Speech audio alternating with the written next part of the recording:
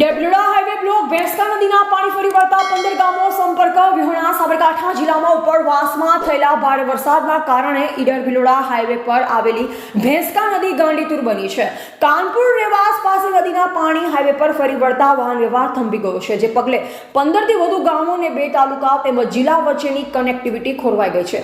લોકોને ભારે હાલાકીનો સામનો કરવો પડી રહ્યો છે. પ્રાપ્ત માહિતી અનુસાર ભેંસકા નદી પર નવા પુલનું નિર્માણ કાર્ય ચાલી રહ્યું છે. આ નિર્માણ કાર્યના કારણે વાહન ચાલકો માટે એક ડાયવર્ઝન બનાવવામાં આવ્યો હતો, જો કે ઉપરવાસમાં પડેલ ધોધમાર વરસાદના કારણે નદીમાં પાણીની ભારે આવક થતા ડાયવર્ઝન ધોવાઈ ગયું છે.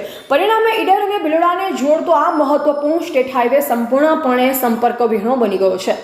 આ હાઈવે બંધ થવાથી રોજિંદા અવરજવર કરતા લોકોને પારાવાર મુશ્કેલી પડી રહી છે. ખાસ કરી ખેડૂતો, નોકરિયાત વર્ગ અને વિદ્યાર્થીઓને સમયસર તેમના ગંતવ્ય સ્થાને પહોંચવામાં અડચણો ઊભી થઈ છે.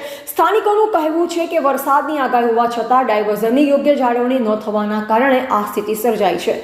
વહીવટીતંત્ર દ્વારા પરિસ્થિતિને થાળે પાડવા અને ડાયવર્ઝનને ફરીથી કાર્યરત કરવાના પ્રયાસો હાથ ધરવામાં આવ્યા છે.